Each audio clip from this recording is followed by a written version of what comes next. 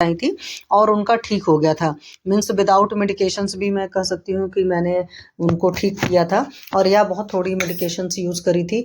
और कई बार सेलुलाइटिस वगैरह के केस में जैसे फोड़े जो बन जाते हैं, खास करके ग्रॉइन रीजन वगैरह में फोड़े जो बनते हैं, वो उसको भी मॉडर्न वाले सेलुलाइटिस बोलते हैं। तो वो कवर करना काफ़ी मुश्किल होता है क्योंकि पेशेंट हमारे हिसाब से पत्ते का पालन नहीं करता है। अगर मैं कहूँ कि काफ़ी पुरानी चीज़ें हो जा रही, मतलब बार बार हो रही, क्यों मैं बता रही हूँ कि मेरे को 2-3 केस अभी आप लोग को देखो क्लास लेते वक्त याद आ गया। तो कई बार ऐसा होता है कि इस तरह के केसेस आते हैं जहाँ पर इस तरह के सिस्टम फंसते हैं। तो जैसे एक होता है कि एक फोड़ा हुआ है और आपने कुछ खा करके दबा दिया, मतलब कुछ दवाएं ले ली और उससे की वजह से वो दब गया। तो दब जाने के बाद फिर क्या होता है, दूसरी जगह निकलता है, तीसरी जगह निकलता है। और ऐसे सारे लोग, ये भी होता है कि एक तो एलोपैथिक मेडिकेशन ले रहे होते हैं और साथ में पत्ते का पालन नहीं कर रहे होते हैं। कुछ लोग के साथ ये होता है, कुछ लोग डायबिटिक पेशेंट होते हैं, उनके साथ भी इस तरह की प्रॉब्लम होती है। तो ऊपर जो सेलुलाइटिस लिखा है मैं मेनली वहां से समझाने की कोशिश कर रही हूँ। या कभी कभी ऐसे ही छोटा मोटा फोड़ा फुंसी निकल जाता है तो वो भी काफ़ी मुश्किल हो जाता है ठीक होने में, है ना। तो हालांकि यहाँ पर जब छोटी छोटी फुंसियाँ होती हैं तो उस केस में मैंने आप लोग को हमेशा बोला है कि सलाइवा अप्लाई कराइए, उससे बहुत बढ़िया रिजल्ट आ जाता है। लेकिन वो बहुत छोटे के लिए होता है। जब बहुत बड़ा होता है कोई भी चीज़ तो वहाँ पर आपको पाचन शुरुआत में कराना पड़ता है। जो बड़े बड़े फोड़े पक नहीं रहे होते हैं तो उसमें अलसी आप यूज कर सकते हो, उसमें आप और चीज़ें भी यूज कर सकते हैं जैसे, ठीक है। आप मेथी दाना जो है, मेथी दाना को भिगा दीजिए, उसको पीस करके आप लगा सकते हैं जिससे फोड़ा फूट सकता है और उसके बाद उसके व्रण की हीलिंग कर सकते हैं। साथ में यहाँ से चूंकि मुझे एक चीज़ याद आ गई, चैप्टर स्टार्ट करने पहले मैं आपको बता देती हूँ, ऐसे सारे केसेस में अगर आप 3 डेज लंघन करा देते हो तो लंघन से वाकई बहुत बढ़िया रिजल्ट आता है।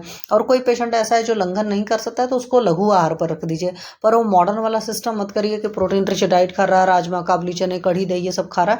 ये सब चीज़ स्ट्रिक्टली मना करिए, तभी जाकर के रिजल्ट आ पाते हैं। खास करके दिवासन नहीं होगा और रात्रि जागरण नहीं होगा। ये भी याद रखिएगा, जो आपके बीमारियों के हेतु है ना, उन सारी चीज़ों पर भी आपको ध्यान देना पड़ेगा। तो कुष्ठ रोग के बाद विसर्प को इसलिए कहा कि लगभग इसमें जो है दूसरे मतलब क्या कह सकते हो सिमिलर है। उसमें भी साथ है जो आपके हैं वात पित्त कफ है, त्वचा रक्त मांस लसिका है। बट वहां पर त्वचा रक्त मांस लसिका है, यहाँ पर जो है सिक्वेंस अलग है।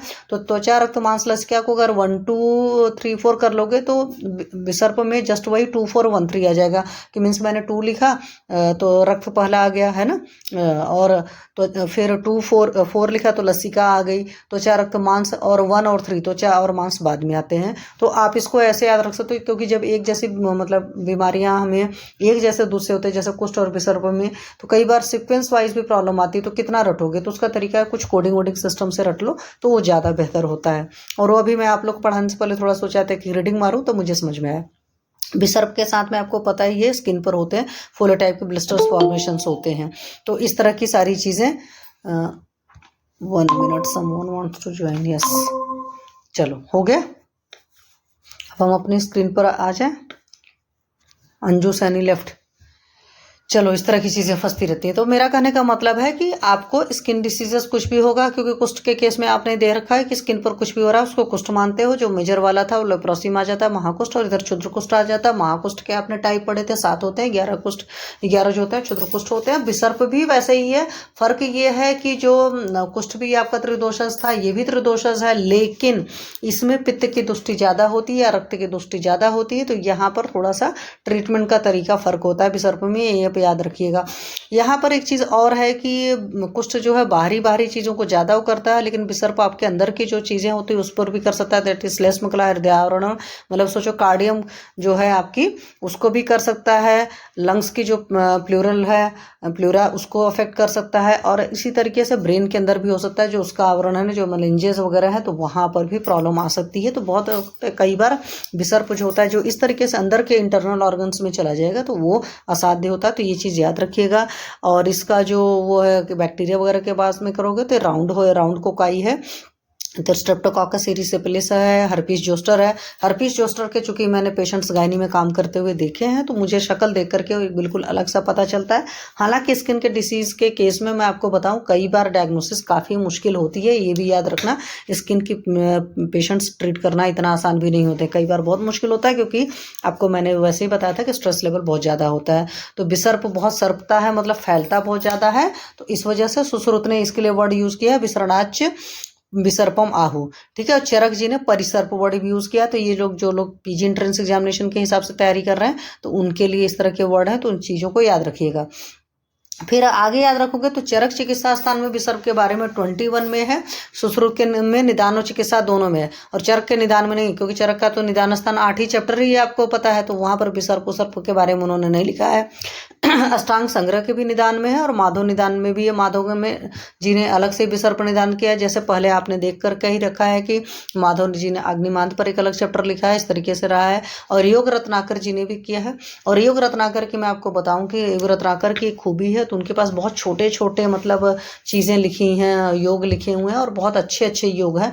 तो जो लोग भी ट्रीटमेंट पर्पज से उसको यूज़ करना चाहते हो, अभी आप लोग चूँकि इस सिस्टम में हो, पढ़ते रहिएगा, तो आपके पास जब पेशेंट आएंगे तो योग रत्नाकर आप लोग के टाइम में तो मैंने भी नहीं पढ़ा था, बट जब मैं प्रैक्टिस करने आई थी तो मैंने योग रत्नाकर खरीदा था, क्योंकि मुझे किसी ने बोला कि भेषज रत्नावली और योग रत्नाकर होनी चाहिए आपके पास में। हालांकि भेषज रत्नावली शुरुआत में नहीं समझ में आई, क्योंकि भेषज रत्नावली में रियलिटी में सिर्फ ट्रीटमेंट दे रखा है, और मुझे एक आदत है कि पढ़ने की, मुझे लक्षण भी मिलने चाहिए, मुझे डायग्नोसिस भी पता चले, सब कुछ पढ़ना पता चले।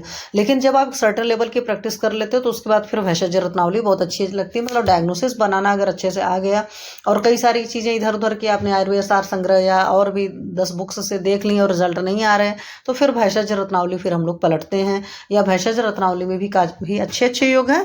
भेषज रत्नावली में कॉम्बो है, ये भी मैं आपको बता दूं, वो प्योर नहीं है चरक का, प्योर सुश्रुत का नहीं। घटनाथ सेन जी ने चूंकि वो लिखी हुई है, तो उन्होंने गोविंद दास सेन जी ने जो लिखी हुई है, तो गोविंद दास सेन की जो भेषज रत्नावली उन्होंने सभी लोग का मिक्सर भी डाला हुआ है। बट तब पर भी हर बुक की एक ब्यूटी होती है, तो योग रत्नाकर अच्छा है, आप पढ़कर देखिएगा। क्योंकि मेरे पास भी अभी एक जब उसका पेशेंट आया था भस्मक रोग का, तो मैंने कहा लाओ जरा योग रत्नाकर को भी पलट करके देखते हैं, क्योंकि एक बच्चे का केस था, लेकिन बिल्कुल तरीका वही था, भस्मक रोग वाला था। तो मैंने उसमें चूंकि बच्चों में मानकर चलता है शास्त्र की भस्माग्रह नहीं होता है, तो मैंने उसको पित्त शामक चिकित्सा दी है। अभी देखते हैं उसका रिजल्ट क्या आता है, क्योंकि डिस्टेंट पेशेंट है, और रिजल्ट आ जाने के बाद में फिर मैं आप लोग से रिजल्ट शेयर करूंगी। हेतु में आपको पता है कि इसमें मेनली पित्त का प्रकोपक होता है, तो पित्त प्रकोपक आहार लवण अम्ल कटु रस एवं उलवण पदार्थों, मतलब जिसमें नमक की अधिकता रहेगी उस तरह के पदार्थों का अगर आप ज्यादा सेवन करते हो।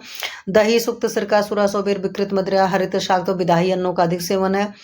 फिर तिल उड़द कुर्चिका किलाट कुल्थी तिल का तेल ग्राम अनुपादक मांस रसोन तथा विरुद्धाहार का निरंतर सेवन। तो आज की डेट में जो है, आप कहोगे कि आज की डेट में क्या है, आज की डेट में ये जो आप दुनिया भर के जंक फूड खाते हो ना, वो अधिकतर पित्तज ही होते हैं।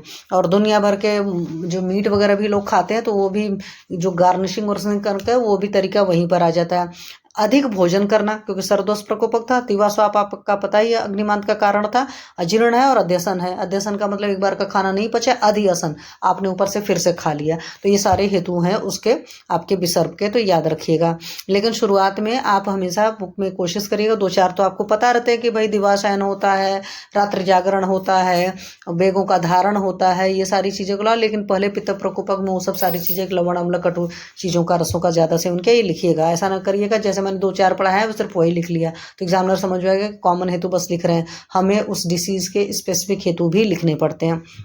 फिर कई बार क्या होता है ना कि कुछ इंजरी वगैरह ट्रॉमा वगैरह हो जाता है, तो उससे भी विसर्प बन जाता है। तो जैसे मेरी बहन का केस था, उसके केस में उसको चोट लगी थी फिंगर में, और काफ़ी दिन से उसको बहुत परेशान कर रहा था। और आपको पता है कि जब भी चोट वोट लग जाती है और अंदर थोड़ा सा पक जाता है ना, तो वो बहुत ज़्यादा तकलीफ देता है। और मोस्ट वाली मुझे याद है 10-15 साल हो चुके, तो उस वक्त मैंने उसको एलोपैथी की कोई मेडिसिन खाने को बोली थी, ईमानदारी से बता रही हूँ। और मोस्ट वाली 1 या 2 डोज में ही उसको आराम हो गया था। हालांकि और चीज़ें भी मैंने उसको बताई हुई थी, वो उसने किया था, लेकिन आप इतना समझ लो आप, ठीक है। और तो किसी को ज्वाइन नहीं होना है कि बार बार कोई क्या हो गया। अच्छा, सेल्फ ज्वाइनिंग भी है, चलो ठीक है, ओके। कुछ लोग का प्रॉब्लम फंस रहा है। तो विसर्प के केस में ये बात किया था हमने। और उसके बाद में आप आगे आएंगे तो छत के केस में आघात हुआ, आघात ट्रॉमा वाले केसेस होते हैं। कुछ केसों में रस्सी से बांध देते हो, तो कई बार उस तरह केसेस, हालांकि ऐसे केसेस देखे नहीं है मैंने। या कभी गिर उठ जाएगा, धूप अधिक लग गई, धूप वाला आता है, वो आपके पास एलर्जी टाइप करके आता है, लेकिन आपको वहाँ डिफ्रेंशिएट करना होता है कि ये सिंपल एनर्जी है कि ये हमारा विसर्प वाला हिसाब किताब है। जैसे अभी एक पेशेंट है, मेरा वॉचमैन है, उसने कुछ दिया, तो उसका जो साइन सिम्टम है ना, वो थोड़ा सा मुझे विसर्प बिसर्प भी लग रहा है और थोड़ा सा अपना मंडल कुष्ठ भी लग रहा है। तो अभी मुझे उसका कुछ ज़्यादा नहीं समझ आ रहा था, क्योंकि ऐसे केसेस में क्या होता है, पेशेंट जो होते हैं ना भाई, वॉचमैन है तो रात्रि जागरण भी होगा, उल्टा पुल्टा खान पान भी होगा। पंजाब के रीजन में आपको पता है कि धर्म जो लोग रहते हैं, चाहे जिस स्टेट के हो, हालांकि वो नेपाली हैं, बट वो पीना पाना भी अच्छे से सीख जाते हैं। तो खाने पीने का सारे हेतु मिलते हैं, साथ में रात्रि जागरण वगैरह का हेतु मिलता है। काफ़ी मतलब बढ़िया सा ये सब सारी चीज़ें जब हेतु मिल जाते हैं, तो वहाँ पर मैं जब उसको ट्रीटमेंट दूंगी तो मेरा ये है कि पहले एक बार बैठाकर पूरा हेतु मुझे जानना है। अदरवाइज एक तो बिसर्प की चिकित्सा भी और साथ में कुष्ठ की, दोनों की कंबाइंड चिकित्सा करूंगी जो मुझे समझ में आएगा। और पेशेंट ने जैसा मुझे बोला था उसको बीपी का भी प्रॉब्लम वगैरह है ना, तो हर चीज़ें सोच समझ कर। तो वो केस तो मेरे सामने का केस है, तो मैं आपको उसमें आपको बता रही हूँ जो मैंने प्लान किया है अपने दिमाग में। मैंने महातिक्त घृत का लोकल एप्लीकेशन कर दिया है, वह सोच रही हूँ, क्योंकि महातिक्त घृत है बहुत बढ़िया एंटीबायोटिक की तरह काम करता है, मतलब एज ए एंटीबायोटिक ऑइंटमेंट की तरह अगर आप लोग यूज़ करना चाहते हो तो आप महातिक्त घृत को यूज़ करिए, ठीक है। तो आप करके देखना, इस तरह का कोई केस रहेगा। और इसमें कई बार होता है कि विष वगैरह पॉइजनस सब्सटेंस वगैरह लग जाते हैं, तो उससे भी होता है। संप्राप्ति के क्या केस में क्या है कि लवण अम्ल कटु उष्ण रसों का अधिक सेवन करोगे तो उससे क्या होगा, दुनिया भर की चीज़ों का सेवन से त्रिदोष प्रकोप होगा, और त्रिदोष के प्रकोप होने से त्वचा रक्त मांस लसिका की दुष्टि हो जाएगी। अब यहाँ पर इन्होंने त्वचा रक्त मांस लसिका नहीं लिखा, वही मैंने 2413 वाले कंसेप्ट से आप कर लीजिएगा कि रक्त त्वक मांस और लसिका की दुष्टि होगी। अच्छा हाँ, एक चीज़ और बताना आपको भूल गए थे, बिसर्प के केस में तीनों तरह का होता है। जैसे आपने पढ़ा है ना वो उसके केस में क्या बोलते हैं, रक्त पित्त के केस में कि ऊर्ध्वग होता है, अधोग होता है और उभयग भी होता है, तिर्यक होता है, मतलब 3 तरह के रक्त पित्त हो सकते हैं। हालांकि चिकित्सा में आप 2 ही करते हो, क्योंकि ऊर्ध्वग में आप विरेचन कराएंगे और अधोग में वमन कराते हैं, क्योंकि उल्टी चिकित्सा होती है रक्त पित्त के केस में, बट तिर्यक भी होता है। उसी तरीके से जो हमारे बिसर्प जी हैं वो अगर बाहर के मार्गों में स्थित है, मतलब त्वचा में है, तो बाह्य बिसर्प होगा, जैसे रक्तमंडल उत्पत्ति हो गया। उभयाश्रित का मतलब होता है कि दोनों जगह, मतलब अंदर बाहर है और अंतर मार्ग में स्थित, जैसे अभी आपने देखा कि प्लूरा में हो रहा है, कार्डियम में हो रहा है, मेनिंजेस जो है उन सब में हो रहा है, तो वहां पर जब हो जाता है तो उस केस में असाध्य हो जाता है। तो ये याद रखिएगा, जैसे आपके वहां पर ही था। और वात रक्त के केस में याद रखोगे तो वात रक्त के केस में तो सिर्फ उत्तान और गंभीर होता है, मतलब बाहर बाहर का जो है और अंदर की धातुओं पर होता है। बट हमारे रक्त पित्त जी वो तीनों तरह के होते हैं, तो उसी तरीके से आपका विसर्प भी है, तो इस बात को याद रखिएगा। उसके अलावा संप्राप्ति घटक में मैंने आपको लगभग चीजें बता दी कि दोष में तीनों होंगे, त्रिदोष होंगे, बट पित्त प्रधान होगा। दुष्य में वही है, बट सीक्वेंस आप चेंज कर दीजिएगा। जो कुष्ठ का त्वचा रक्त मांस लसिका लिखा हुआ है उसको 1 2 3 4 करिएगा, फिर उसको चेंज करके 2 4 1 3 के सीक्वेंस में आप यहाँ लिख देना। स्रोतस में रक्त व स्रोतस की दृष्टि होती है, तो रक्त व स्रोतस की दृष्टि का समझ सकते हो कि यहाँ से आपको क्लियर कट समझ में आ गया कि आप विसर्प के केस में रक्तपाचक अगर देंगे जो अपने ज्वर वाले में है, संतत नहीं सतत ज्वर का जो काढ़ा दोगे तो वो बहुत बढ़िया काम करेगा। अधिष्ठान त्वचा है तो रसपाचक भी चल जाएगा बड़े आराम से, तो रस रक्तपाचक भी अगर जो लोग पाचक के बेसिस पर ट्रीटमेंट करते हैं तो वो बहुत बढ़िया रिजल्ट आएगा। अदरवाइज बहुत सारे रक्त शोधक द्रव्य जो हैं वो आप दे सकते हो। बहुत गरीब मरीज है तो उसको नीम की पत्तियां वगैरह खाने को, इस तरह की चीजें बोल सकते हो। तो ये सारी चीजें देख लीजिए। व्याधि विकृति आशुकारी है। अब कुष्ठ क्या होता है, बहुत धीमे धीमे फैलता है, बट विसर्प के केस में यही एक बहुत बड़ा खतरनाक सी चीज है कि बहुत जल्दी जल्दी होता है, विसर्पण होता है। और कई बार इसमें सेलुलाइटिस वगैरह के केस से आप समझ सकते हो कि कई बार गैंग्रीनस स्टेज भी आती है, मतलब गैंग्रीन टाइप का भी लुक आता है। तो फिर वैसा वाला जो सेलुलाइटिस होता है उसको क्योर करना मुश्किल सा होता है। ये बात आप अच्छी तरीके से अभी अपने दिमाग में जान लो। मतलब किसी भी बीमारी का आपके पास बहुत हल्का सा माइल्ड फॉर्म भी आ सकता है और एकदम बहुत क्रिटिकल फॉर्म में भी आ सकती है, बट ये है कि आपको उसको समझना है, उसको ट्रीट करना है, हिम्मत नहीं हारना है, ठीक है। पेशेंट बस साथ देना चाहिए, मतलब पेशेंट आयुर्वेदिक ट्रीटमेंट लेने का करता हो, मतलब उसकी इच्छा हो कि मैं आयुर्वेदिक ट्रीटमेंट लूंगा, तो फिर वहाँ आप अच्छे तरीके से ट्रीट कर सकते हो। मैंने कई बार कुछ पेशेंट्स इसी तरीके से ट्रीट किया, पेशेंट को मेरे ऊपर फेथ था कि यस मैम मुझे आयुर्वेदिक जैसे मैंने आपको आरपीओसी के केस में बताया था कि पेशेंट के अंदर मतलब प्रेगनेंसी खराब हो चुकी थी, तो रिटेन्ड प्रोडक्ट ऑफ कंसेप्शन पड़ा हुआ था। पेशेंट ने मेरे साफ साफ बोला कि मैम मुझे आयुर्वेद चाहिए। मैंने कहा ठीक है। तो नॉर्मली क्या होता है कि एलोपैथी में तो आप जाओगे खटाखट तुरंत सारे काम हो जाते हैं, बट उस केस में मुझे 1.25 महीना लगा था। बट 1.25 महीना के बाद में जो पीरियड आया बहुत अच्छे से आया और यूट्रस की कंडीशन बहुत सही रही। बाद में पेशेंट ने कंसीव किया और फिर से डिलीवरी अभी हुई उसकी, तो मेरे ख्याल से उसका बेबी जुलाई में हुआ था पिछले साल, तो अभी 1 ईयर का बेबी होने को आ रहा है, ठीक है। हालांकि टॉर्च का इशू था तो उसके लिए भी काफ़ी प्रॉब्लम थी, जो सेकंड इशू हुआ। और फर्स्ट मुझे लगता है जो प्रेगनेंसी ख़राब हुई थी उसके पीछे की भी वजह रही होगी। और उसका पीरियड बहुत ज़्यादा इरेगुलर चल रहा था मार्च और से ही, स्पॉटिंग वगैरह, तो उन्होंने ध्यान नहीं दिया। उन्होंने जब ध्यान दिया तो मेरे को जब बताया तो 1-1.5 महीने बीत चुके थे। अदरवाइज मीन्स शुरू में आपको चीज़ें पता चल जाती है तो आपको आयुर्वेद से क्लियर करना बहुत मुश्किल होता है, मतलब आसान होता है। होता क्या है कि कई बार ऐसे पेशेंट्स आते हैं जो 1-1 1.5 महीने एंटीबायोटिक वगैरह खा चुके होते हैं, तो फिर उनको ठीक करने में मुश्किल आती है। जैसे मेरे पास एक था डीएनसी का केस था, डीएनसी हुई थी, डीएनसी ठीक नहीं हुई थी, फिर से डीएनसी दोबारा हुई, उसमें काफ़ी लंबी एंटीबायोटिक वगैरह चली थी और फिर पेशेंट को पीसीओडी डेवलप हो गया था। तो इस तरह के केसेस भी कई बार फंसते हैं। ठीक है, तो आचार्य चरक जी ने 7 प्रकार के विसर्प बोले हैं। वातज, पित्तज, कफज, सन्निपातज है। उसके अलावा वात पित्तज है, पित्त कफज है, कफ वातज है। तो इनके नाम अलग अलग है, तो वो प्लीज याद रखिएगा। वात पित्तज को अग्नि विसर्प बोलते हैं, पित्त कफज को उदर्द बोला बोलते हैं, और कफ वातज को आपके ग्रंथि विसर्प बोलते हैं। तो यहाँ पर एक टर्मिनोलॉजी मतलब कर्दम विसर्प की भी आती है। आगे आप सारी चीज़ें देखोगे। मोस्ट वाली लग रहा मैंने पिक बहुत क्लियर नहीं क्लिक करी है आज, उस तरीके से लग रहा। सुश्रुत जी ने 5 के बोले, उन्होंने द्वंद्वज वाले सारे हटा दिए। तो वातज, पित्तज, कफज, सन्निपातज, और एक उन्होंने ट्रॉमा वाला क्षतज विसर्प ऐड किया। अधिष्ठान वैसे मैंने आपको पहले बता दिया, बाह्य में है, आभ्यंतर में है और उभय में है। तो ये सारी चीज़ें मैंने आपको बता दी हैं। नेक्स्ट है वातज विसर्प कैसा होगा। तो वातज कोई भी चीज़ होती है तो पक्का सी बात है उसमें पीड़ा होती है। और इन्होंने देखो क्या क्लियर कट लिखा है, वात ज्वर के समान पीड़ा होती है। तो विसर्प में कई बार चूंकि पित्त का प्रकोप होता है तो इस तरह के पेशेंट आएंगे, विथ फीवर के साथ आएंगे। ये भी आप याद रखिएगा, कुष्ठ का पेशेंट आपको विथ फीवर है, विदाउट फीवर, दोनों कंडीशन होता है। हालांकि अधिकतर वो विदाउट फीवर आता है, बट विसर्प के पेशेंट को साथ में फीवर होगा। तो कई बार लोग कुछ कहते हैं ना कि भाई फोड़े फुंसे हुए हैं, तो उसकी वजह से भी फीवर हो जाता है। तो इस तरह का पेशेंट आएगा तो आप याद रखिए, वात ज्वर के समान पीड़ा होती है, शोथ होगा, अंगों में फड़कन होगी, निस्तोत सुई चमाने जैसी पीड़ा होगी, भेद कटने जैसी पीड़ा, तृष्णा, आयास, थकावट, रोमांच, ज्वर, तमक श्वास कई बार हो सकता है। पेशेंट को सांस लेने में भी तकलीफ हो, कास होगा, अस्थियों के संधियों में भेदन और पीड़ा, संधियों का विश्लेषण, ढीलापन आ जाना। हालांकि इस तरह के केसेस काफ़ी मुश्किल वाले केसेस में आते हैं, बट ऐसा भी हो सकता है। विसर्प युक्त स्थान जो होता है श्यावरण होगा, वात मूत्र परिस जो होंगे सम्यक प्रवृत्ति नहीं होगी, क्योंकि आपको सीधा सा पता है विस्तब्धा जीर्ण वगैरह होता है तो यूरिन स्टूल सही से नहीं पास हो रहा होता है। तो उस बात को भी पूछना जरूरी होता है कि कॉन्स्टिपेशन है कि लूज मोशन है, ये सारी चीज़ें आप पूछ लिया करिए। ऐसा नहीं हम सोच लेते कि सिर्फ स्किन का होगा। मॉडर्न वाले तो ऐसे ट्रीट करते हैं, बाहर से देख लिया, ये नहीं पूछते कि आपके डाइजेस्टिव सिस्टम का क्या हालत है। चूंकि वातज विसर्प है तो वातज दुष्टि वाला जो होगा लक्षण की यूरिन स्टूल का प्रॉपर प्रवृत्ति नहीं होगी, तो वो चीज़ होगी। समुचित चिकित्सा नहीं अगर होगी तो शीघ्र फूटने वाली होती है, अरुण स्यावर की पीड़िकाओं की उत्पत्ति होती है, उसमें से पतला चिपचिपा रक्ताभ अल्पस्राव, मतलब उसमें से सिक्रेशंस वगैरह भी हो रहे होते हैं। उसी तरीके से पित्तज होगा वो और तीव्रता से फैलेगा। पित्त ज्वर के सभी लक्षण होंगे, अर्थात तीव्र ज्वर, प्यास की अधिकता, मूर्छा, मोह, वमन, अंतर्दाह, प्रलाप, शिरसुल, निद्रा नाश, अरति तथा चक्कर। अगर अरति, मोह, अरति, बेचैनी ये सब चीज़ें आती हैं तो समझ लो पेशेंट की हालत अच्छी नहीं है। इतना आप समझ लीजिए। कहीं पर भी इस तरह की चीज़ होता है, मोह होता है, निद्रा नाश और अरति होता है। अरति का मतलब होता है बेचैनी, वो बेचैनी जिसमें इंसान मतलब करवट बदलता रहता है। तो इस तरह के पेशेंट्स अधिकतर आपको आईसीयू वगैरह मिलते हैं। नॉर्मल में ऐसा नहीं होता है।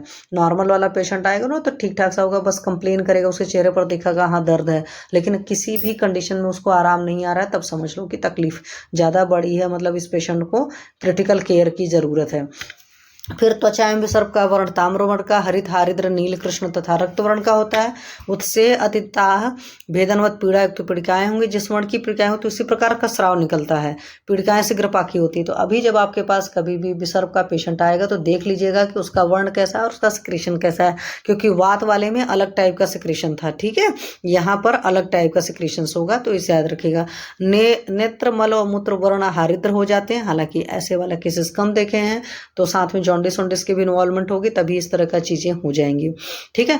कफज भी सर्प में कफ ज्वर के समान है, मतलब हर जगह आप देख रहे हो, वातज में भी वात ज्वर था, पित्तज वाले में पित्तज ज्वर था, कफज में कफज ज्वर रहेगा। तो हर जगह ज्वर प्रेजेंट है, क्योंकि पित्त प्रकोप में है ना, रक्त वो है। तो कफ ज्वर के समान लक्षण था शीत, शीत ज्वर, शरीर में गुरुता, निद्रा, तंद्रा, रुचि, मधुरास्यता, आस्योलोक, बार बार थूकने की प्रवृत्ति। कई पेशेंट्स होते हैं ना, फीवर हुआ रहता है, बार बार थूक रहे होते हैं, वो सब सारी चीजें देखिए। उनका मुंह लगेगा जैसे कुछ मीठे से भरा पड़ा है। वमन, आलस्य, अग्निबांध तथा दुर्बलता होगी। और विसर्प युक्त प्रदेश, शोथ युक्त, पांडु, नातिरक्त, स्निग्ध शून्यता, जकड़ाहट, गुरुता से युक्त, अल्प वेदना वाला, कठिनता से पकने वाला, चिरकारी और मोटी त्वचा युक्त पिड़काओं से भर जाता है। भाई कफज है तो पक्का सी बात है जल्दी नहीं पकेगा, जो पित्तज वाला होगा वो जल्दी पकेगा, इस बात को याद रखने का। और जब ये पकेगा तो फूटेगा तो श्वेत पिच्छल स्निग्ध तंतुयुक्त तो स्राव होता है उसमें, मतलब स्राव देखकर पता चल सकता है। अब ये चीज़ से नहीं पता चलेगा, जब आप कई सारे पेशेंट उसी डिसीज़ के देखते हो तब आप डिफ्रेंशिएट कर पाते हो कि वेदर इट इज़ वातज पित्तचार कफज, ठीक है। और चिरकाल तक स्थायी होता है, क्योंकि कफ वाली हर चीज़ भाई चिरकाल वाली चलती है। रोगी का नख मूत्र मल त्वचा नेत्र मुख श्वेत वर्ण के हो जाते हैं, हो सकता है एनीमिक टाइप का पेशेंट हो। सन्निपातज में तीनों के लक्षण दृष्टिगोचर होंगे, पक्का सी बात है असाध्य हो जाएगा। फिर वात पित्तज वाले में अग्नि वात और पित्त दोनों के लक्षण होंगे, तो वात पित्तज के लक्षणों वाला ज्वर होगा। मतलब हर जगह देखो ज्वर यहाँ पर घुसा हुआ है, बगैर ज्वर के नहीं है। मूर्छा अतिसार प्यास का लगना भ्रम जोड़ों में फटने की सी पीड़ा अग्नि का मंद पड़ना तमक श्वास रुचि और संपूर्ण शरीर जलते हुए अंगारों की व्याप्ति होती है। मतलब पूरा शरीर दाह हो रहा है, पेशेंट बोलता है कि भाई पूरा शरीर में दाह हो रहा है, तो दाह तो आपके विसर्प में होता ही है, तो वात पित्तज वाले में ये चीज़ ज़्यादा होती है। और जैसे लगता है ना कई सारे केसेस में क्या होता है कि आप देखोगे फोड़े फुंसी होने के बाद तो काला सा हो जाता है, तो यहाँ पर एक लिखा है उस स्थान को बुझे हुए कोयले के बाद काला नीला लाल कर देता है। तो आप इस तरह के क्रिटिकल वाले में पेशेंट मिलेंगे, सिंपल वाले में नहीं, शुरुआत में नहीं मिलेगा, हो सकता है 2-4 दिन बीतने के बाद। हालांकि विसर्प इतना तेजी से फैलता है कि कई बार सुबह आपके पास पेशेंट ने बोला सुबह ये हुआ था, दोपहर तक ये हालत हो गई है, ठीक है। तो उन शरीर को अग्निदग्ध फफोलों से तो फैलने वाला होने का कारण और भीतर मर्म स्थानों पहुंचकर वातजनित पीड़ा होती है, बेहोशी निद्रा स्वासिका बेचैनी तथा मृत्यु होती है। तो बहुत ही बुरा हालत है। वैसे ही आप खुद सोचो ना कि जल सा गया है, तो ऑब्वियस सी बात है खराब कंडीशन है। तो एरिसेप्टिस वेनसोलोसम जो है ये इस तरह का होता है, वेसनोलोसम। तो ग्रंथि विसर्प दैट इज वात कफ विसर्प, ग्रंथि विसर्प की तुलना जो करते हैं रिसर्प में पश्चुलिज्म की, क्योंकि इसमें ग्रंथि विसर्प में पश्चुल्स वगैरह बन जाते हैं, तो उससे होता है। तो यहाँ पर क्या होता है, शिरा स्नायु और मांस में स्थित रक्त धातु भी मिल जाएगी, तो छोटी गोल मोटी तथा कठोर ग्रंथियां उत्पन्न करेंगे, माला तरह की एकदम ऐसे सिक्वेंस वाइज बनी रहेंगी जैसे माला बनती है। तो ग्रंथियों कारण लालिमा भीषण दर्द ज्वर श्वासकास अतिसार मुखसोस हिक्का वमन चक्कर आना बेहोशी अंगों टूटना था पाचकाग्नि का मंद होना लक्षण होता है। ग्रंथि विसर्प में वात और कफ दोनों के लक्षण होंगे। आप तो अपने हिसाब से उस हिसाब से लिख सकते हो कि वात के क्या है और कफ के क्या है मिक्स करके। और कर्दम विसर्प जो होता है वो कफ पित्तज होता है, तो कहीं पर भी उत्पन्न होकर आमाशय की ओर बढ़ेगा, तो ये बहुत क्लियर कट सा इसका अलग टाइप का लक्षण है। अत्यधिक पीड़ा युक्त पीत रक्त या पांडुर के अत्यंत छोटी छोटी फुंसियां बन जाती हैं, कई बार इस तरह की चीजें होती हैं। और साथ में उसमें शोथ वगैरह बहुत ज्यादा होगा, भीतर की ओर जाएगा, पकने वाला होगा, दाहयुक्त होगा, छूते ही फूट जाएगा। गलकर कीचड़ के समान मांस का हो जाना, गले स्थान पर स्नायु तथा सिरायों का स्पष्ट दिखाना और घावों से मुर्दे किसी गंध आना, यानी कूड़प गंधी जो वाला हिसाब किताब होता है, ये कर्दम वाला लक्षण है। और पक्का सी बात है जब इस तरह के आते हैं तो पक्का सी बात है वो असाध्य अवस्था की तरफ जा रहा है।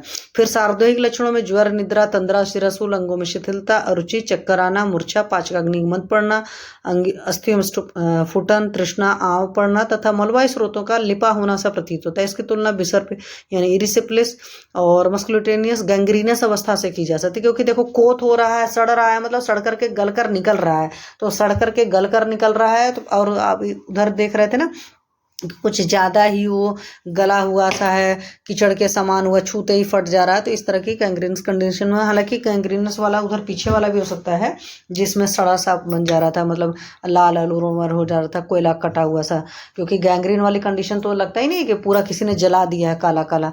तो ऐसे तो मैंने गैंग्रीन वाले पेशेंट नहीं देखे हैं, डायबिटिक फुट वाला जो गैंग्रीन वाला पेशेंट्स है वो मैंने काफ़ी देखे हुए हैं, ठीक है। तो वहाँ का तो कंडीशन आपको क्लियर कट पता है। तो कई बार आपको डिफ्रेंशिएट करना पड़ेगा कि ये विसर्प यानी इरिसिप्लिस या सेलुलाइटिस है या हमारा डायबिटिक फुट है, अल्सर है, तो वहाँ से देखना पड़ेगा। तो आयुर्वेद के हिसाब से आप साइन सिम्टम सारे देख लो, क्योंकि हमारा आयुर्वेद मेनली क्लिनिकल प्रेजेंटेशन पर काम करता है, पैथोलॉजिकल फाइंडिंग पर नहीं कि टेस्ट क्या क्या आ रहे हैं। तो उस हिसाब से आप ट्रीटमेंट करेंगे तो शायद जल्दी आसानी होगी। शायद जल्दी में आसानी, क्योंकि कई बार पेशेंट आपके पास आता ही तब है जब एलोपैथी वाले उसको हाथ खड़ा कर देते हैं, तब उस केस में ऑब्वियस सी बात है बहुत टाइम लगता है। उसी तरह छतज विसर्प में भी चोट चपेट लगा है, और खास करके यहाँ पर ना जैसे पुराने जमाने में उस तरह की चीजें बहुत होती थी, क्योंकि जो भी बाण वगैरह मारे जाते थे वो पॉइजनस होते थे, बीच में बुझा करके बाण मारे जाते थे। तो उस तरह की जो कंडीशंस होगी तो अधिकतर असाध्य होगा और बहुत खराब हालत होगी। केस में क्या है, विष शस्त्र आदि आगंतुक कारणों से क्षत होता है। उसमें कुपित हुआ वात दोष, रक्त सहित पित्त दोष को प्रेरित हो कुल्थी के समान आकार वाली फुंसियों से व्याप्त शोथ, ज्वर, पीड़ा, दाय, उत्कृष्ण रक्तवर्ग के विसर्ग को उत्पन्न करता है। अब उपद्रव में क्या है, ज्वर और अतिसार आ गया पहले ही। अब ये सोचो सब में तो ज्वर था ही, तो ज्वर अच्छा खासा आ जाएगा। और ज्वर और अतिसार मैंने आपको दोनों बीमारी पढ़ा दी है। तो आपने पढ़ा है कि ज्वर के केस में आप क्या करते हो, रेचक औषधियाँ देते हो, अतिसार के केस में स्तंभक औषधि देते हो। और किसी भी बीमारी में दोनों एक साथ आ गए, क्योंकि आपने अभी तक देखा ज्वर आना, ज्वर और अतिसार दोनों ही आ गए तो कष्टसाध्य बीमारी अपने आप ही हो जाती है। तो इसलिए ये अगर ज्वर और अतिसार दोनों हो रहे हैं आपके विसर्प के मरीज को, तो समझ लो भाई कंडीशन खराब है। क्योंकि उल्टी चिकित्सा है ना, जो ज्वर को हरने के लिए दोगे वो अतिसार को बढ़ाएगी, जो अतिसार को हरने के लिए दोगे वो ज्वर को बढ़ाएगी। तो जब इस तरह की चीजें फंसती हैं तो वहां से कंडीशंस खराब हो जाती है। तो उपद्रव में इसलिए ये अकेलौता ज्वर नहीं है, क्योंकि ज्वर तो मेनली उनके लक्षणों में था, है ना। तो ज्वर, अतिसार, वमन, त्वचा तथा मांस धातु का फटना, बिना परिश्रम के सुस्ती होना, अरुचि तथा भोजन का समुचित पाक नहीं होना। यहाँ पर इन्होंने ऐसे तो लिखा, बट अपने अंदर से लैंग्वेज में आप ये समझ सकते हो कि पूरी डाइजेस्टिव फायर बंद हो चुकी है, पेशेंट को बिल्कुल भूख ही नहीं लग रही है। और आप अपने लिए समझ लीजिए कि जो आपकी डाइजेस्टिव फायर होती है ना, क्योंकि टॉक्सिक मटेरियल को जलाने का काम भी वही करती है, तो आपकी बॉडी की हीलिंग भी आपकी डाइजेस्टिव फायर पर ही डिपेंड करती है। अगर किसी पेशेंट की अग्नि बहुत मंद है तो उसको समझ लो ठीक होने में टाइम लगेगा, ठीक है। और कई सारे पेशेंट्स के साथ उल्टा पुल्टा होता रहता है। जैसे अभी मेरा पेशेंट है, उसको बीच बीच में कभी ठीक होता रहता है, जब ठीक हो जाता है तो बहुत खुश हो जाता है, फिर बीच में कुछ प्रॉब्लम फंसती है तो कुछ हो जाता है। तो मतलब जिनको टाइम लगना है ठीक हो, एस्ट्रोलॉजी के हिसाब से जिनकी ग्रह दशाएं इधर उधर होती रहती है, तो उनका इस तरह का सिस्टम होता है, ठीक। साध्यता में वातज, पित्तज, कफज ये तीनों विसर्प साध होते हैं। अग्नि विसर्प और कर्दम विसर्प जो होते हैं, उपद्रव नहीं होगा तो ये भी साध्य हो जाएंगे। और ग्रंथि विसर्प भी शीघ्र चिकित्सा करने पर साध्य होता है, मतलब शुरुआत में पेशेंट आना चाहिए।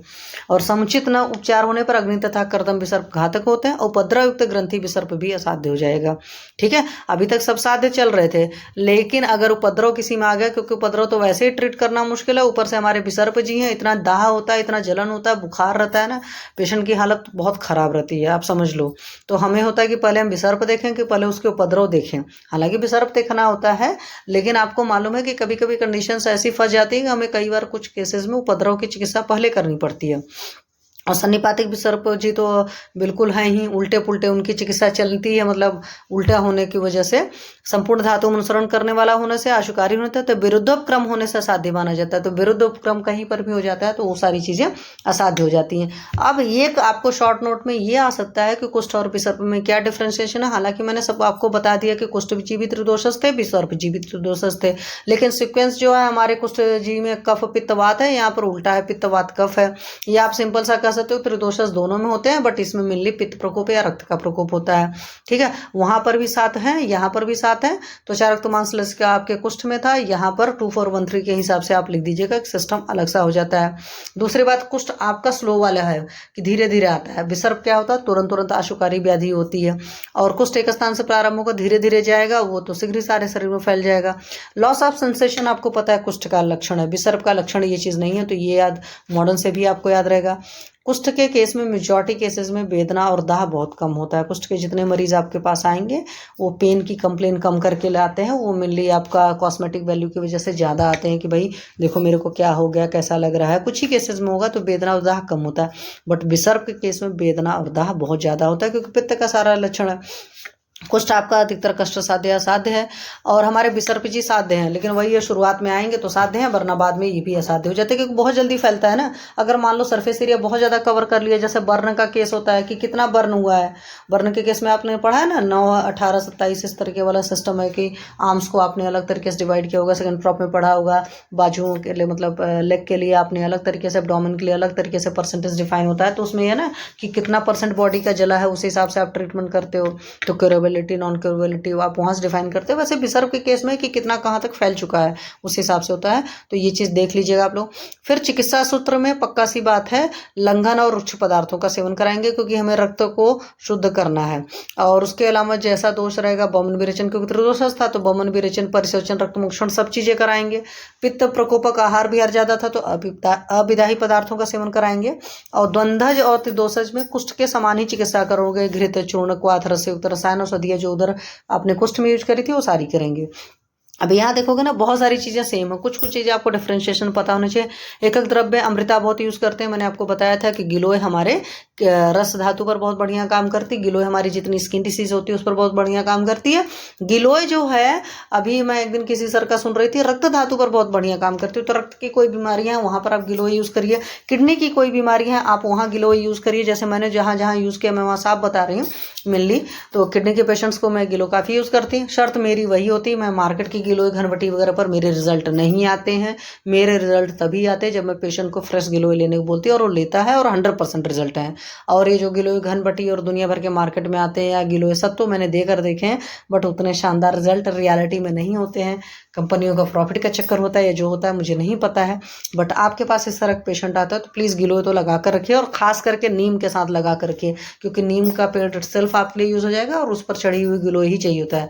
जैसे बोलते हैं ना, एक तो करेला ऊपर से नीम चढ़ा, तो हमारी गिलोय जी नीम वाली अच्छी होती हैं। तो एटलीस्ट अपने सेंटर पर लगाइए, बड़े गमले में लगा लीजिए जिनके साथ ये प्रॉब्लम होगी कि नहीं मेरे पास इस तरीके से नहीं हो पाती हैं।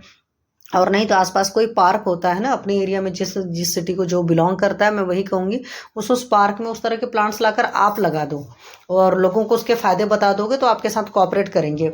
जैसे मैं आपको यहीं से एक चीज़ और बताऊं, डेविड जे स्वार्ट्ज़ ने लिखा था कि किसी इंसान से कोई काम निकालना होता है तो उसको पसंद करना पड़ता है। मीन्स उसकी इफिशियंसी आपके लिए 20% है तो वो आपकी 100% हो जाती है, 80% तक बढ़ जाती है, पर उसका वही शर्त होता है, पसंद करना पड़ता है। तो आपको ये चीज़ देखना पड़ता है। तो एकक द्रव्य में आपकी अमृता बहुत अच्छी है। शिग्रू जी हैं ही। शिग्रू हालांकि मैंने अभी बहुत कम जगह यूज़ किया क्योंकि घर पर मेरे पेड़ तो है, बट जब जिस वक्त मुझे ज़रूरत होती तब उसमें पत्तियाँ वत्तियाँ नहीं रहती। तो अभी मैं एक दूसरा पेड़ अपने ऑफिस में भी, मतलब सेंटर पर लगाऊंगी। घर पर तो लगाया हुआ है और घर पर बहुत बड़े गमले में लगाया है तो उसमें वो बात नहीं आ रही है। ऑफिस में मैं हो सकता है ज़मीन पर लगवाऊंगी। मंजिष्ठा है, निम्ब है, हरिद्रा, चंदन है। तो कुछ नहीं समझ में आ रहा, निम्ब आपके पास देखो पड़ी हुई है। घृत में पंचतिक्त महातिक्त घृत बहुत बढ़िया काम करते हैं। जितने तिक्त घृत होते हैं तो आप इनका पान भी करा सकते हो, इनके ऑइंटमेंट में मार्केट में आते हैं उनको आप लगवा सकते हो। और मैं तो महातिक्त घृत का कई सारे जगह एप्लीकेशन कर रही हूँ और उसके बाद मैं आप लोग को कुछ दिन बाद उसके रिजल्ट भी शेयर करूँगी, है ना। तभी मैंने आपको बताया कि बहुत बढ़िया एंटीबायोटिक का काम करता है। मतलब मॉडर्न की जो दुनिया भर की क्रीम प्रिस्क्राइब करते हो किसी भी केस में ना, उससे ज़्यादा बेटर है कि महातिक्त घृत का ऑइंटमेंट आप प्रिस्क्राइब करिए और शानदार रिजल्ट आपको मिलेंगे। गुलिकावटी में मतलब जो भी टैबलेट फॉर्म में आपके पास शिग्रू गुगुलू है। कैशोर गुगुली, कैशोर गुगुलू आपको पता है वातरक्त की मेन औषधि है कि कैशोर गुगुलू को हम अमृतारिष्ट या गुरुची के साथ देते हैं। तो कैशोर गुगुलू वात और रक्त दोनों पर काम करती है, मतलब रक्त दृष्टि पर और वात की दृष्टि पर। और हमारे ये थे ही त्रिदोषस थे तो वहां पर भी आपको देखना पड़ता है कि क्या कंडीशन है, उसके हिसाब से आप प्रिस्क्राइब करिए पेशेंट को। जैसे बहुत दाह है तो चंदनादि वटी है, आरोग्यवर्धनी करते ही करते स्किन की हर डिसीज में चलती है क्योंकि आरोग्य का वर्धन करती है और उसमें कुटकी पड़ी है, रेचन करती है, साथ में और भी चीज़ें पड़ी हैं तो बहुत बढ़िया काम करती है। क्वाथ में गुड़च्यादि क्वाथ, भूनिम्बादि क्वाथ, निम्बादि क्वाथ, बृहत मंजिष्ठादि क्वाथ, मुस्तादि क्वाथ, प्रोपंडरायत क्वाथ को भी वहाँ यूज़ होगा जहाँ पर दाह ज़्यादा होगा। सारीवादि भी वहीं पर दाह वाले के लिए, किरातादि के लिए भी, पटोलादि भी, पंचतिक्त कषाय। तो पंचतिक्त कषाय जहाँ पर लग रहा है पित्त वाकई बहुत ज़्यादा पड़ा हुआ, आप पंचतिक्त कषाय भी दे सकते हो। पंचतिक्त में आपकी वासा है, गुड़ची है, मधुयष्टि है, पटोल है, चिरायता है, ये सब मिला करके होता है।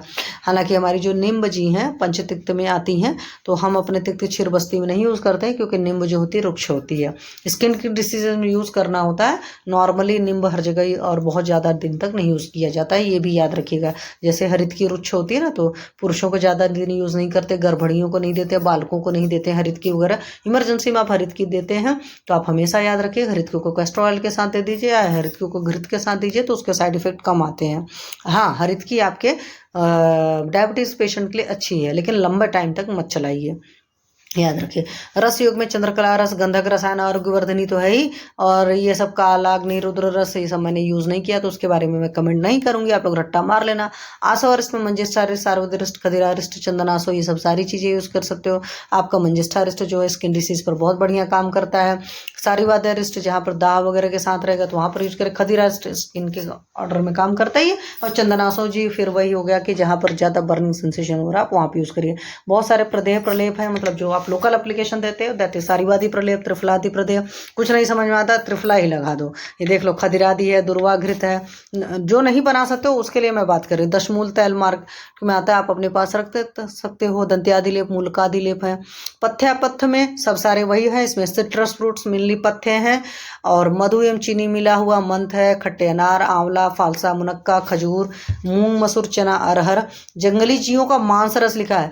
देखो आपकी बुक में कभी भी देखोगे तो मांस रस लिखा होता है, कहीं पर ये नहीं लिखा इस मांस को खाना है, ठीक है। अधिकतर जगह मतलब नॉर्मली मैं आपको बता रही हूँ, कुछ जगह होंगे जहाँ पर परिग्रहण कराने संतर्पण कराने की जरूरत होगी, अदरवाइज मांस रस लिखा है, क्योंकि मांस रस के साथ क्या हो जाएगा, बहुत इजीली डाइजेस्टेबल हो जाएगा, बहुत ज़्यादा तेल मसाला नहीं रहेगा तो भारी भी नहीं रहेगा। मांस रस हो गया करेला, लौकी, अनार, अंजीर तथा अविदाही रक्तशोधक और तिक्त रस वाले पदार्थ पथ्य हैं। तो हमारी जो गुड़ची जी तो वैसे जिंदाबाद तिक्त रस होती हैं।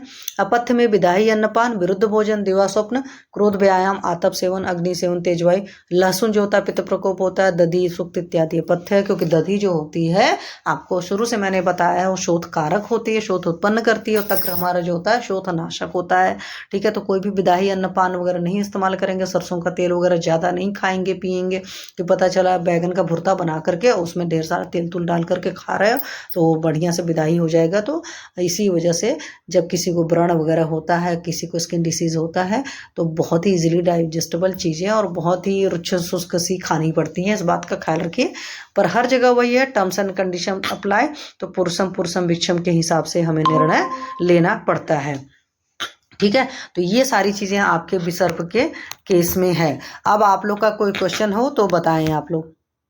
और मैं पिछले हफ्ते इसलिए क्लास नहीं ले मैम, बस उन्होंने अल्ट्रासाउंड कराया था तो मैम बस उसमें एक स्टोन आया है बस मैम, बाकी तो उनका कोई खाना पीना बस आजकल वही है, जंक फूड ऑयली ज्यादा ही खाते हैं। नहीं तो आपको देखो आयुर्वेद के हिसाब से ट्रीटमेंट करना चाहते हो ना, तो आयुर्वेद का एक सिंपल सा रूल है कि पहले आपको पूरा एकदम केस टेकिंग प्रॉपरली करनी पड़ेगी, और केस टेकिंग के हिसाब से आप डिसाइड कर पाओगे। हालांकि मैं आपको चिकित्सा बता दूं, ये जो जीबी स्टोन का केस होता है इसमें पित्तज ग्रहणी की तरह चिकित्सा करते हैं, ठीक है। अभी जैसे मेरे पास भी एक जीबी स्टोन की पेशेंट आई है, लेबर क्लास को बिलोंग करती है, बट उसका और साइज़ भी ज़्यादा है, 17.1 mm की साइज़ है। तो 17.1 mm की साइज़ की वजह से आपको मतलब उसमें थोड़ा सा टाइम लगेगा, बट मेरे पेशेंट के हेतु में जो निकला कुछ ज़्यादा वैसा नहीं निकला, बट उसको कॉन्स्टिपेशन है, क्रॉनिक कॉन्स्टिपेशन की पेशेंट है, और 4-4, 5-5 दिन पर मोशन होता है, मुस्लिम पेशेंट है, तो ऑब्वियस सी बात है कोष्ठ आप आयुर्वेद की ऐसे ही मान लेते हैं। तो हमने कहा पहले हमने आपको दवा दी है कि पहले आपका कोष्ठ थोड़ा सा क्लियर हो जाए, 1 डेज मतलब 1 वीक के लिए दिया था। और फिर उसके बाद यह है कि आज मैंने फिर उससे पूछा, मैंने कहा भूख कैसी लग रही है, बोली भूख कम लग रही है, 2-3 रोटी खा रहे हैं, लेबर हैं तो उतना तो खाएंगे ही, ठीक है। तो आगे मेरी जो चिकित्सा मेन रहेगी वो यही रहेगा कि उसका पहले अग्नि का वर्धन करें, लेकिन इसमें अग्नि का वर्धन बहुत ज़्यादा भी नहीं करना होता है, मेनली साफ रखना होता है, मतलब रेचक औषधियाँ देनी होती है। और आप जब मतलब शुरुआत में है, मान लो साइज वाइज नहीं बढ़ी है, तो आप इसमें कनकासो चलाइए, माँ मंजिष्ठादि क्वाथ चला दीजिए, या माँ मंजिष्ठादि अरिष्ट चला दीजिए, और आप इसमें इसी तरह की दवाएं चला सकते हो बड़े आराम से। तो चिकित्सा आती है, तो आप ऐसा करो अपने पेशेंट के केस में, एक तो उनका यूएसजी मुझे फॉरवर्ड कर दीजिए, और उनकी एक प्रॉपर केस टेकिंग मेरे को दीजिए, ठीक है, कि वो कितने टाइम में सोते हैं, कितने टाइम में उठते हैं, कब क्या क्या खाते हैं, उनके डाइजेशन का क्या हालत है, कि कभी कॉन्स्टिपेशन रहता है, लूज मोशन रहता है, वॉमिटिंग होता है, ये सारी चीज़ें हैं। साथ में उनका स्ट्रेस लेवल का क्या हाल चाल है, दिनचर्या कैसी है, उसके बेसिस पर फिर आप ट्रीटमेंट करने को सोचिएगा, ठीक है। ओके बच्चा। मॉडर्न की तरह ट्रीटमेंट हम नहीं करते हैं, या हमारा आयुर्वेद नहीं ट्रीटमेंट कर सकता है। तो हमने कनकासो दे दिया कि डायलेट होकर के निकल गया, है ना। अगर छोटा रहता है तो आप कनकासो वगैरह देते हो, डायलेट होकर के बड़े आराम से निकल जाता है। माँ मंजिष्ठादि क्वाथ वगैरह के साथ में वासरिष्ट वगैरह भी चला देते हो, क्योंकि रक्त पर काम करेगा। लेकिन दीपन पाचन और लोमा साथ में देना पड़ता है, देखना पड़ता है सारी चीज़ें। तो आप मुझे दीजिएगा तो मैं आपको बताऊंगी प्रॉपर डिटेल हिस्ट्री, मतलब ठीक है।